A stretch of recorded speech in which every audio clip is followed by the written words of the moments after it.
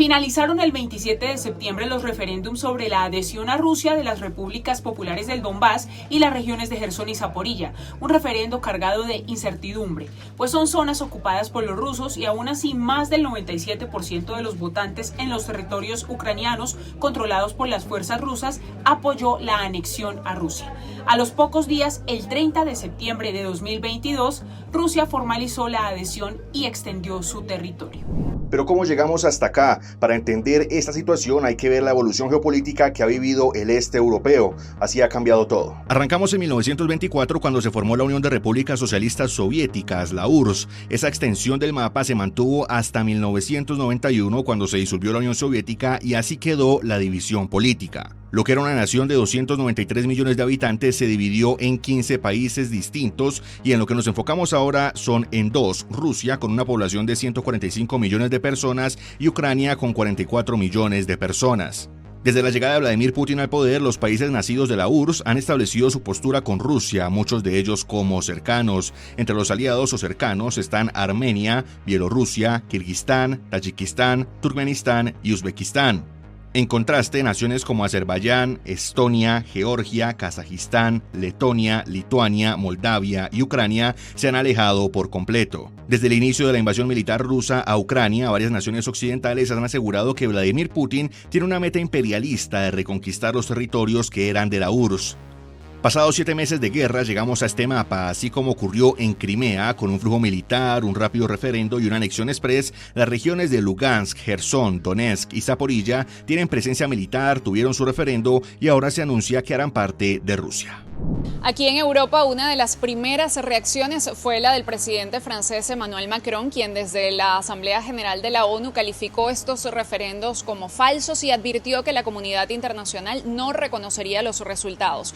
Posteriormente se le sumó el canciller alemán Olaf Scholz, pero sin duda una de las respuestas más contundentes vino desde la Comisión Europea, que propuso un nuevo paquete de sanciones contra Rusia. Este sería de hecho el 8º e incluye el tope al precio del petróleo ruso, así como la incorporación de individuos en esta lista de sancionados. Serían los que promovieron u organizaron los referendos. La presidenta de la Comisión Europea, Ursula von der Leyen, dijo que Rusia intenta robar territorio por la fuerza y cambiar las fronteras internacionales. También el jefe de la diplomacia europea, Josep Borrell, aseguró que se trata de una nueva violación a la soberanía y la integridad territorial de Ucrania en medio de las violaciones de los derechos humanos. Otro pronunciamiento importante fue el de la OTAN, la Alianza de Defensa y de Seguridad Multinacional. El secretario general Jens Stoltenberg reiteró el apoyo a Ucrania y aseguró que esos territorios son de Ucrania y no de Rusia. Desde Reino Unido, la primera ministra Liz Truss también aseguró que no reconocerá esa anexión e incluso el presidente de Turquía, Recep Tayyip Erdogan, estuvo intentando mediar hasta último momento a través de una llamada telefónica que tuvo con el presidente ruso Vladimir Putin para intentar que se sumara y mantuviera un escenario de negociación y de mediación y que descartara la incorporación de estos territorios ucranianos a Rusia. El compromiso por asistir militarmente y económicamente a Ucrania continúa. Países como Estados Unidos, Reino Unido, Canadá, Alemania y Polonia se han caracterizado por respaldar a Ucrania en estos casi 8 meses de guerra con Rusia. Particularmente, Estados Unidos ha entregado $16.200 millones desde que comenzó la invasión rusa en febrero de este año. Sin embargo, este respaldo ha sido contraproducente para Ucrania, avivando aún más la tensión en la guerra.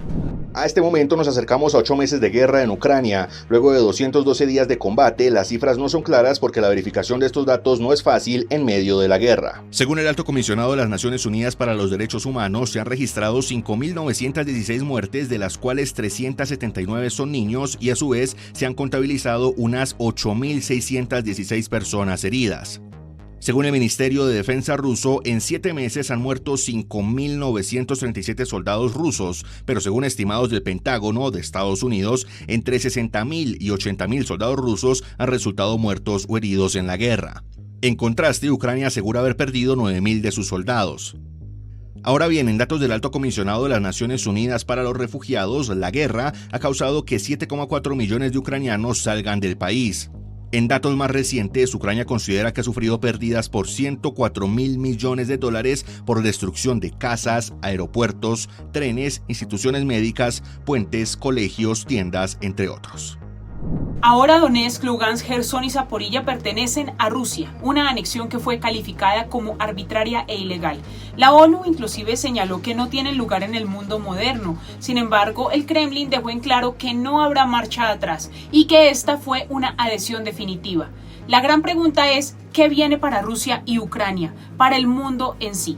Veamos qué dice Mauricio Jaramillo, analista internacional docente de la Universidad del Rosario.